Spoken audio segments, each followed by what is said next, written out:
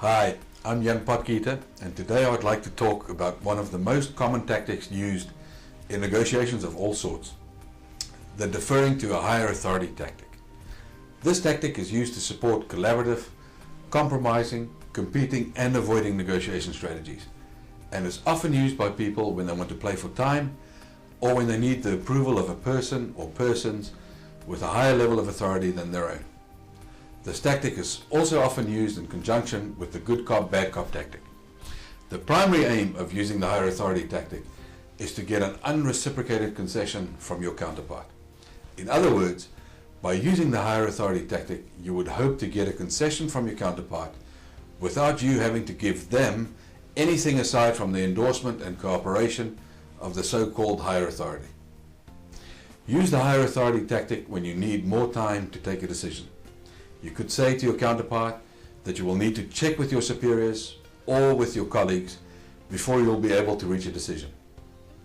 When you start negotiations, be sure to check whether your counterpart will have the necessary authority to make a decision that will close a transaction.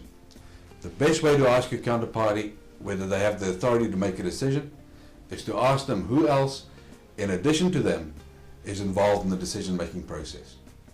This way, you acknowledge that they are playing a key role in the decision-making, but you also leave room for them to disclose the names and roles of the other decision-makers. If you use the closed question to ask your counterpart whether they have the authority to make a decision or not, then you leave yourself exposed to them using the tactic solely to their advantage.